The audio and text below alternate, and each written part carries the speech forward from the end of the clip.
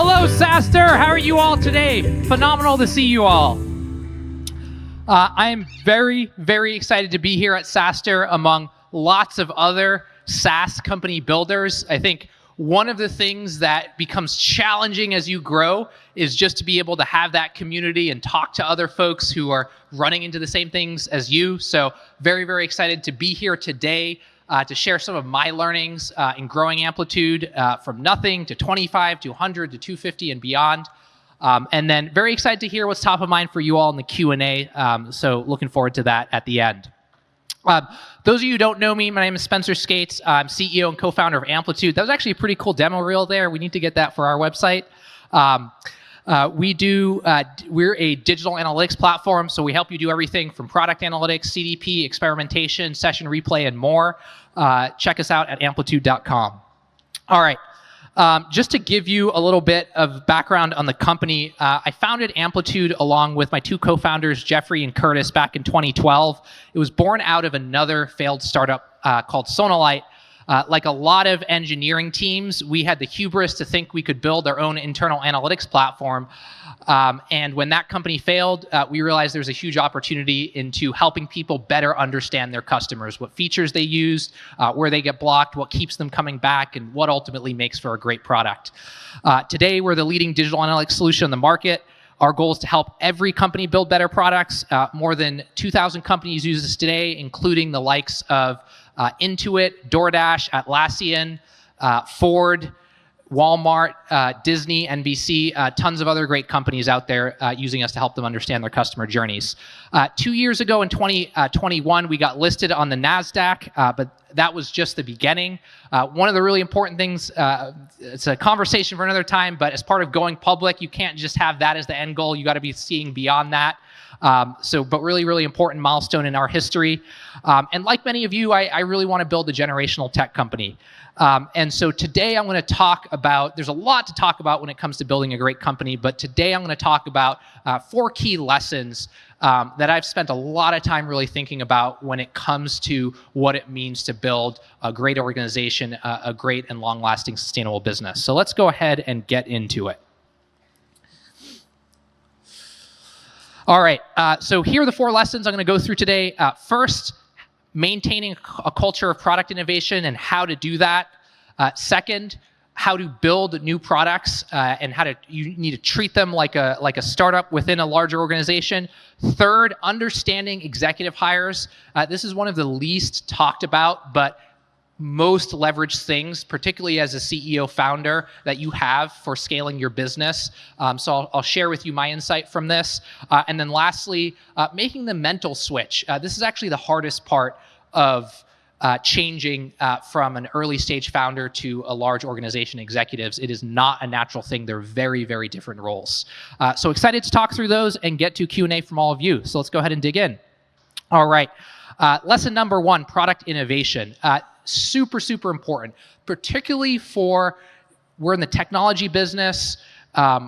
We build innovative products. Customers expect us to continue to having the latest and greatest. One of the beautiful things about the SaaS model versus licensed software is that the product is always getting better when you use it. And so the core challenge is how do you keep this up over time as you continue to grow and scale? It's one of the hardest things to do by far. So let me go through, I actually want to talk about one of the fallacies people have here and misconceptions. And then that goes into, how do you get around this? So most people expect that your ability to innovate grows linearly with your number of employees. So as you continue to add engineers and other folks onto your product development team, that your rate of being able to ship stuff and innovate goes up, right? So it's just, you go to a team that's 100 people, they'll be 10 times more innovative than a team that's 10 people.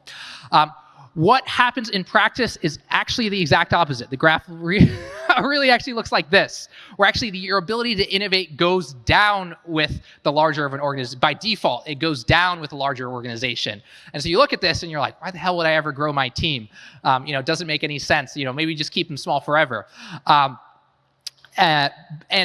This is a very natural part, because what happens is your code base gets larger, there's more people, and so the ownership of great a great product and product success gets diluted, and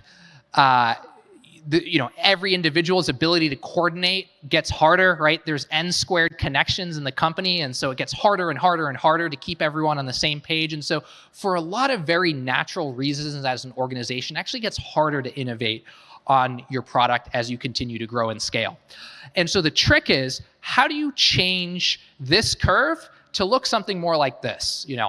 At the end of the day, I'll be okay. It's not going to be linear, but can we at least get it to be monotonically increasing? Let's at least have it go up. So the more people that we add to the team, the more innovative that we're able to be. So how do you actually get there? All right. So first, I want to talk about a very overlooked part of building and scaling great product development teams.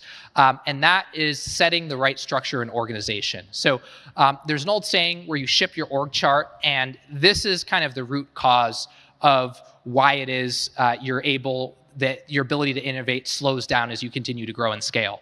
And so I think spending a lot of time going from a founder is thinking about, how do I drive all the innovation myself, to how do I think about how do I structure and create an org where I create really clear guardrails and really clear goals for each individual. Again, it may sound very basic, but almost every CEO that I talk to that goes past about 50 engineers runs into exactly this problem, and they realize they haven't spent enough time on this. So I can't overemphasize it. Spending enough time on this. The model that we have at Amplitude is we have deep functional experts that are supposed to be the single responsible person for each of these areas. So for governance, for data platform, for CDP, for analytics, for growth, for experimentation product, we've spent a lot of time at the executive level defining each of these areas and then giving responsibility across engineering, product management, and design to single individuals who are responsible for making them great. And so really what you're doing in a lot of ways is kind of replicating the conditions of a startup in a small team, and your responsibility is to manage that as a portfolio as the leader. And so again, it may sound very obvious, but I can't tell you how many organizations that come to me and ask me, hey, Spenser, how are you able to keep up shipping the velocity of product you do at scale? And they just haven't spent enough time here. The specific mechanism that we do, which we've talked about in our blog quite a bit before, is we have pillars and we have leads for those pillars, and they're responsible end-to-end full stop for the success of their particular area of the product. So again, you ship your org chart, and so it comes back to this and spending a lot of time on this. All right, second part is culture. It's not just enough to set the org chart, give responsibilities, and go. You actually also have to set the tone that this is what you value as an organization. In the early days, when you're a small team and it's you against the world, it's very, very natural to have this feeling because you've got to ship. It's like you've got to keep swimming, otherwise you're dead, and your product is worse, and there's a lot of needs and asks from your customers, and you want to be able to keep up with that. You actually have to be very explicit around setting this culture. I've seen a lot of companies that have done a good job of this. Facebook's a phenomenal example where they were one of the first to talk about moving fast and breaking things. Let me tell you a little bit about how we do it at Amplitude. So first, all hands. So we have all hands once a week. At every single all hands we do, there is a product demo where we share something that's been shipped in the last week. It's considered a great honor to present that at all hands to an organization of 700 people. And so just constantly talking about it and beating the drum and using the channels that you do have to celebrate and reward and highlight the importance of innovation. The next thing we do is we have a feature releases channel in Slack, and it is my personal favorite Slack channel, where anytime a new feature goes out, it's posted here. There's a write-up posted by the product manager and engineer. They post a GIF of how the feature works, and they talk about what customers are using that feature as well. And one of the things we look at, again, very arbitrary measure, but we look at, hey, how much stuff is going through that channel each week? And we want to make sure, and if there's not stuff, then that's a problem. That's a flag to us that something is off. The last thing we did on the culture aspect was internal hackathons. So twice a year at Amplitude, we have the entire product development team pause what they're doing, and take a week off just to work on things that they think are interesting and they think can provide customer value. And at the end, we have a demo and we present it to the company and we show all the cool things that have come out of that. And I remember in the early days when we first proposed doing hackathons, a lot of the early executives at Amplitude looked at me and are like, hey, this is crazy. You're literally telling people to take a week off and do whatever the fuck they want? Like, what the hell? Like, you should be telling them exactly what to do. But again, back to our culture of innovation, if that's something that we care about, we want folks to be able to take ownership and innovate on their own and drive that at Amplitude is providing opportunities for them to do that in different ways. Hackathon's a great way where you're expected to come out with something at the end of the week. So it's been a huge part. Some of our great products, like recently we shipped Warehouse Native Amplitude, and that actually started at a hackathon 4 years ago where someone thought, hey, what if there was a version of Amplitude where I could use SQL queries to connect to a database versus using the data store we have? So huge part of keeping up that innovation mindset as we grow.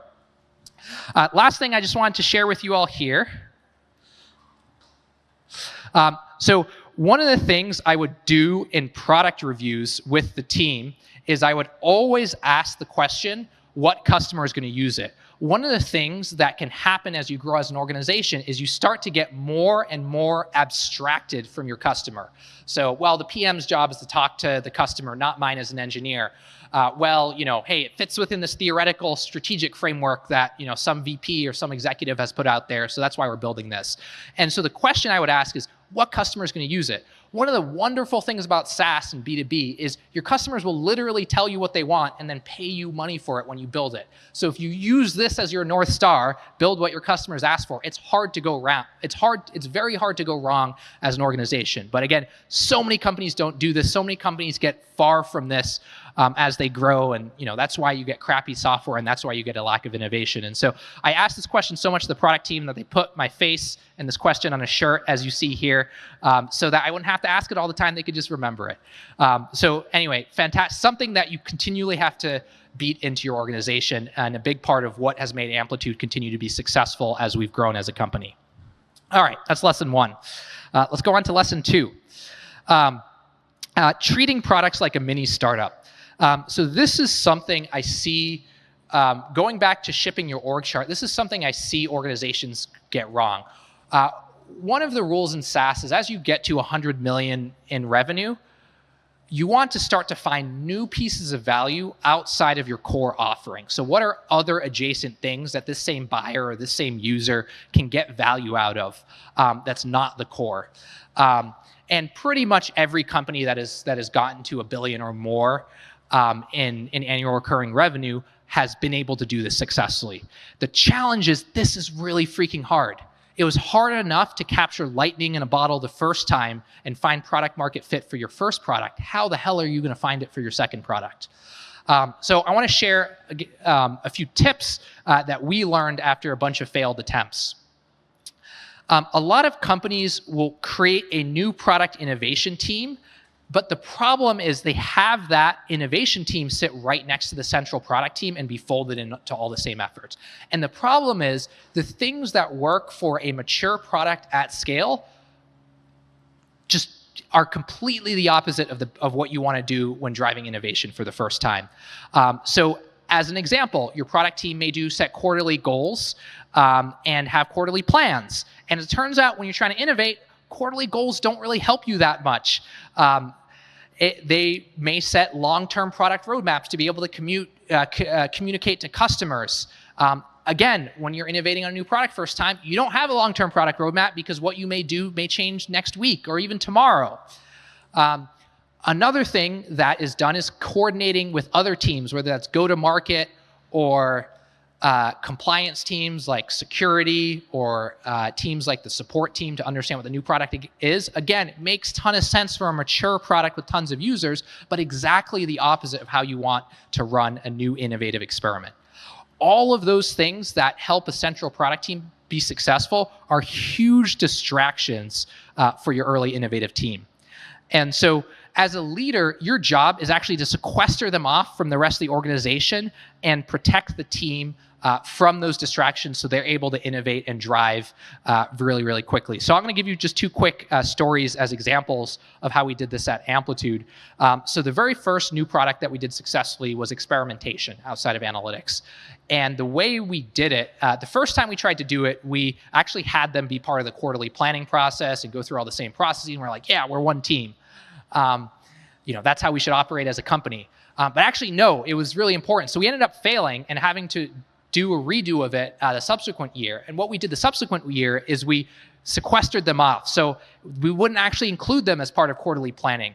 The only meeting we had was a meeting every 2 weeks where I would ask the same question, which is, how many paying customers do you guys have this week? And it was just get them to maniacally focus on that and not worry about anything else. Don't worry about how it integrates with our existing product.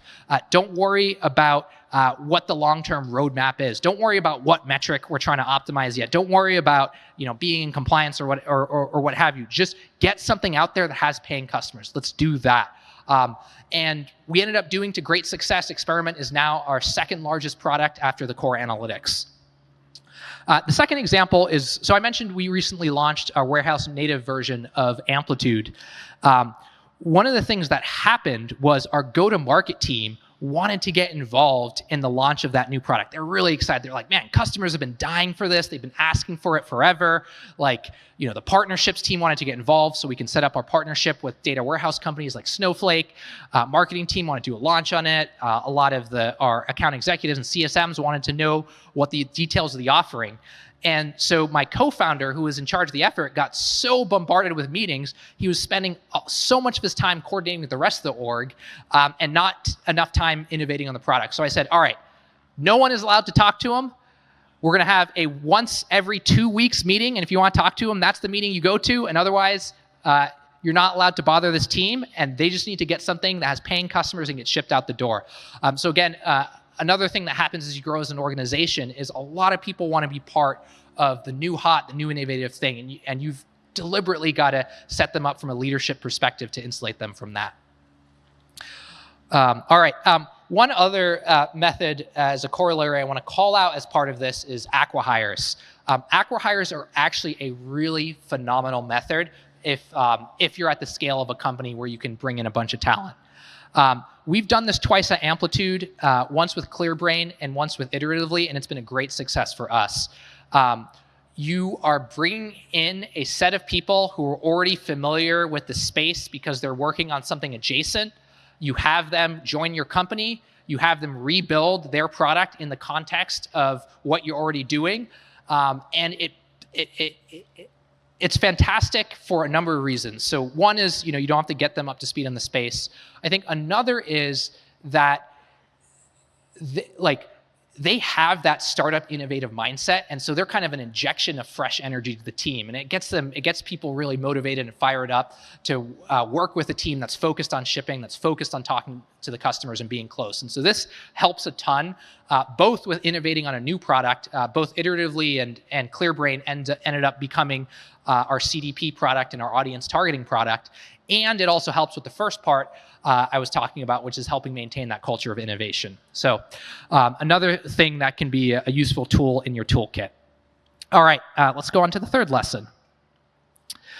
So the 3 stages of executive hires. So this is one that is just not talked about that much because it's an uncomfortable it's an uncomfortable thing to talk about. Is like what makes someone a good fit for one stage versus another. And people will say platitudes like, oh, it's important to recruit and hire well, but okay, what does that actually look like? So I wanted to share with all of you my learnings on this topic. So let's first start off with the early stage. At the early stages of a company, there's not a ton going on in your business yet. You may not even have a product or a fully featured product. You have 0 brand awareness. You have almost no customers. Nobody gives a shit about you. It's just it's you against the world. And you need an executive who is strong at operating in that environment and who can make something happen out of nothing.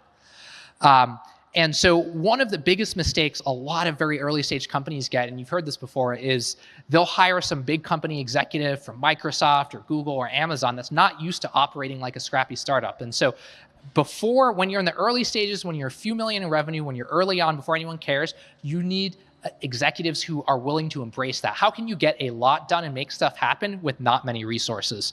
So example, at Amplitude, early on, we didn't have a marketing function. And so how were customers going to hear about us? Well, our CRO, instead of saying, oh, we're going to go, let's create a marketing plan and let's hire out this team and let's do it, it's like, no, let's actually just start trying to host events with the team that we have. So we ended up hosting events like we called them growth clinics, or having a webinar just to share some of the insights we had learned about analytics with other customers. The other thing is, it wasn't even the CRO's area of expertise. He hadn't actually run marketing before, but that was okay. It was more the mindset of, hey, let me make something happen. And so it's very, you're hiring people who are very much like you as founders in terms of being scrappy and being able to make something happen out of nothing. So that's early stage. What happens, though, is as you start to get to the tens of millions, you start to transition as a SaaS company. And this one took me a while to learn. Once you're at the tens of millions in ARR, at this point, your product works, people are buying it, you're not just making stuff happen. The goal is, how do you scale this successfully so you can get to 10, 20, 30, 50, 100, beyond. And so you have something that works. You know, okay, if I target this type of customers, if I have these sort of conversations, if I am able to offer these sort of product capabilities and guide them along the way in this way, they will buy and do business with us. And so you change from someone who is very scrappy and just making things happen to someone that's taking something that's already working and scaling it. So how do I hire my nth account executive? Or how do I hire my nth engineer? Or how do I repeat that webinar that really worked and do it 100 times over? And that's a very, very different type of executive. So I think of this as the mid-stage scale executive.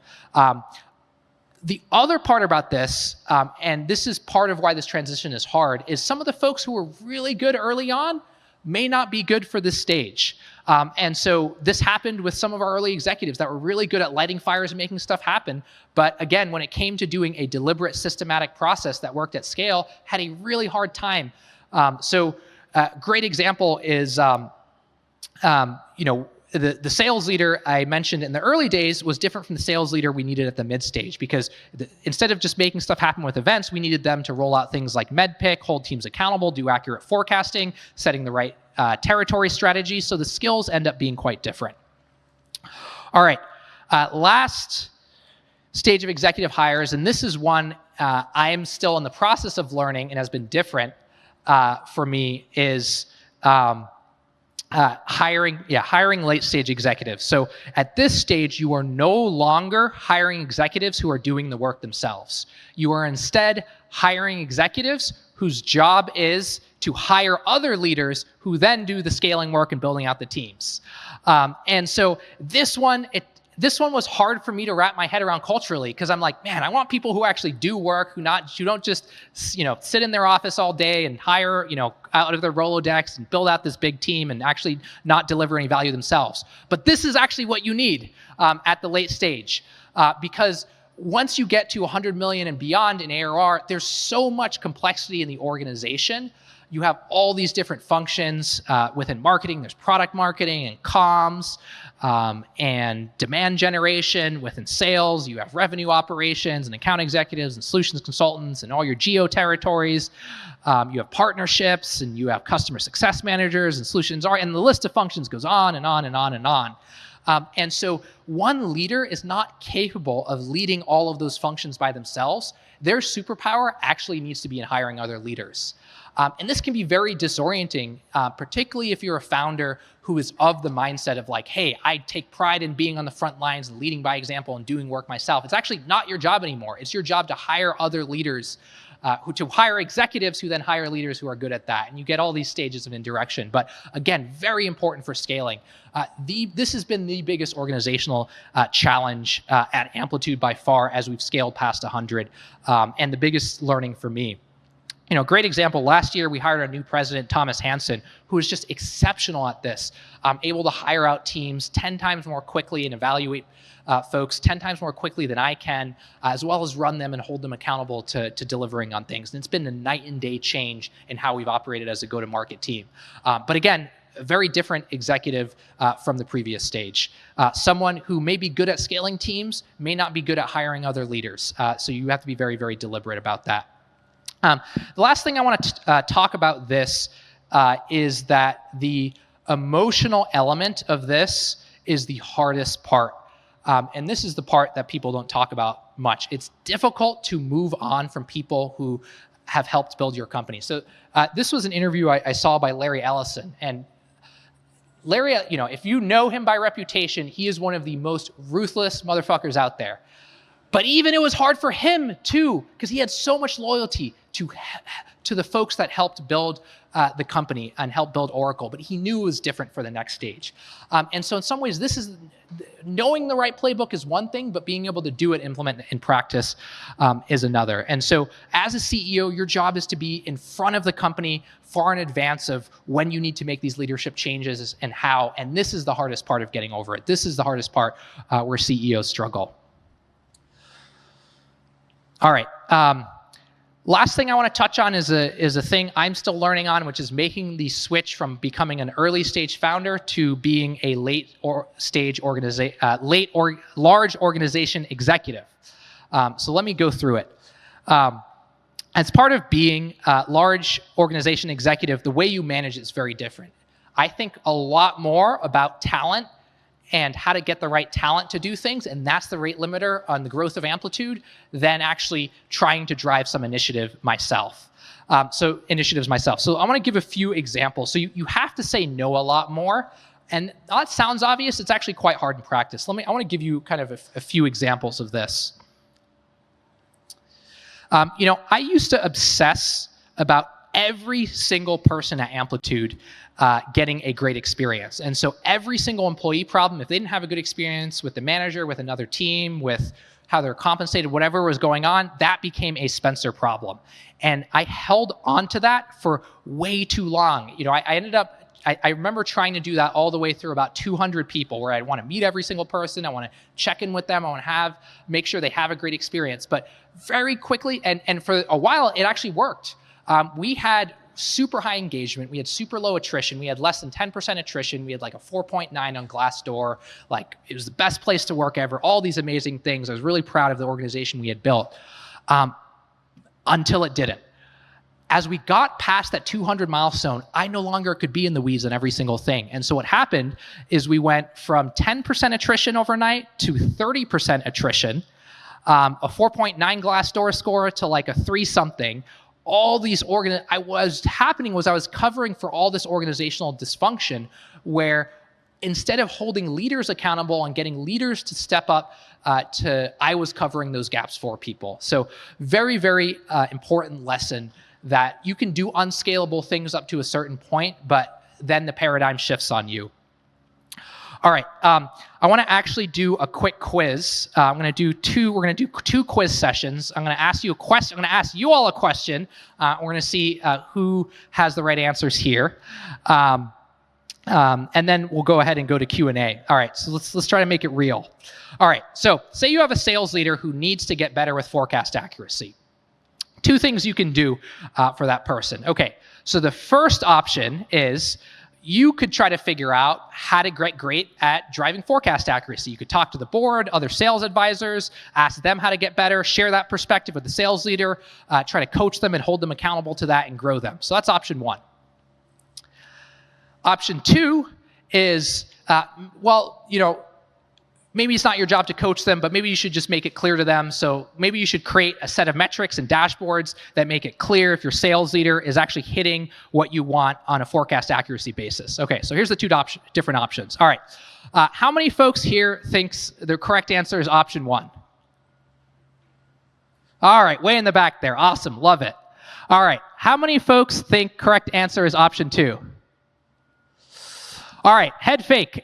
Both options are actually wrong. So the the right way to do it, you don't need to create a set of dashboards to justify that they're good or bad at forecasting. You can just share the feedback, and if they can't fix it, you know you need to up-level them. And having that confidence in your evaluation of that sales leader and that executive is really, really core to being able to scale. You can spend a lot of time trying to coach people up or try to cover for weaknesses or try to create systems and processes that help make things clear, but it's better, it's much easier and much more scalable just to be direct with someone about it and own and just say, hey, I need you to do this, and if they can't do it, find someone else. Your job is not to lead by example. Your job is to evaluate the performance, and this has been the hardest switch for me mentally. All right, similar example. Say you're head of sales. By the way, one of the themes you might see here is head of sales tends to not get along with a lot of folks in the organization. Very, very common thing you have to be very deliberate and watch out for. Say your head of sales comes to you complaining that your CFO won't approve your deal. What do? All right, first option, option one. We need every single dollar we can get. The CFO is being unreasonable. Let's just push it through. Option two. I'm sure the CFO has a good reason for doing that, and it is important we follow the right process. We need to be consistent. All right. How many think it's option one? Hell yeah. Hell yeah. You guys are early stage founders. Do it no matter what it takes. I love it. I love it. All right. Who thinks it's option two? All right. I already set this up from the previous question. Right. Both answers are wrong. So the right answer is ask your head of sales, what did the CFO say when you talked to them about it? One of the things that is absolutely wild to me as you grow as an organization is people won't give the feedback to each other directly. They'll have one-on-ones with lots of other people complaining about, well, this person didn't do this. And you got to be able to stamp that out by saying, hey, it's your responsibility to have the conflict and communicate with the CFO and have it out with them. And after that, if you can't do that, then both of you come to me and I'll resolve it and I'll tie break it and I'll make a call. But you have to be able to give them that feedback. And even very large organizations, very mature executives that have spent 20, 30, 40 years building their careers still get this wrong because it's harder to have that conflict. It's uncomfortable, but you got to hold that line because it doesn't scale otherwise. If everyone's going through you, you're not going to successfully scale as a founder. All right. Fantastic. So that's my lessons for today. We're going to do Q&A right after I give you these takeaways. So first, iteration fuels output. Never stop iterating, never stop innovating, especially later in your growth. It's the single biggest lever you have for long-term organization success and being able to deliver shareholder value and build a successful company. Second, treat your new product like a startup. So replicate that experience in as many ways as possible, and that will help you continue to drive innovation on new product lines as you scale. Third, as a founder CEO, your job is to ensure you have the right executives. This change is hard but necessary part of scaling. And finally, the early stage founder to large organization executive mental switch is challenging, but you got to embrace it if you want to continue to grow. Awesome. All right, that is it for my talk. Thank you all very much.